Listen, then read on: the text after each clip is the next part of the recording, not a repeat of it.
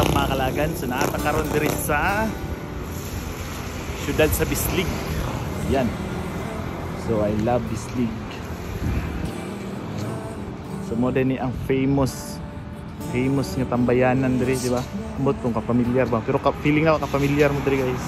So sakto sa katada sa babaw. Yan. Ito diri sa babaw nila.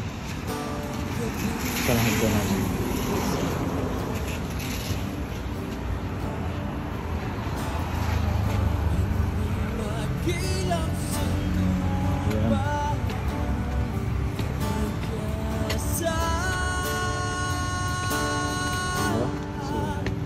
Guys, kita kayo ang dagat. Parang arang-karang kayo, medyo hayag-hayag na ang panahon. Kapasalubong center, souvenir shop. Apa yung mga kanda, tourist assistance. Tourist assistance center. Modern, you know, famous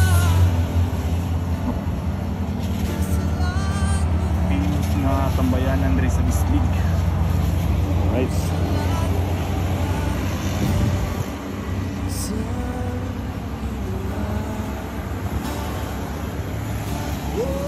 So nakapalupad na tag-drone before diri. So hunas dayro no, layo ang dagat. Layo ang tubig. Yan. So sa mga wala pa kalag diri, pwede kayo mo matambay no. So, chill, relax ba. Well, nagabiyahe padulong sa Surigao.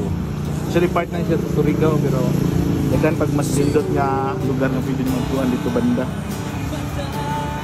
pa north. Yan. Right, let's go.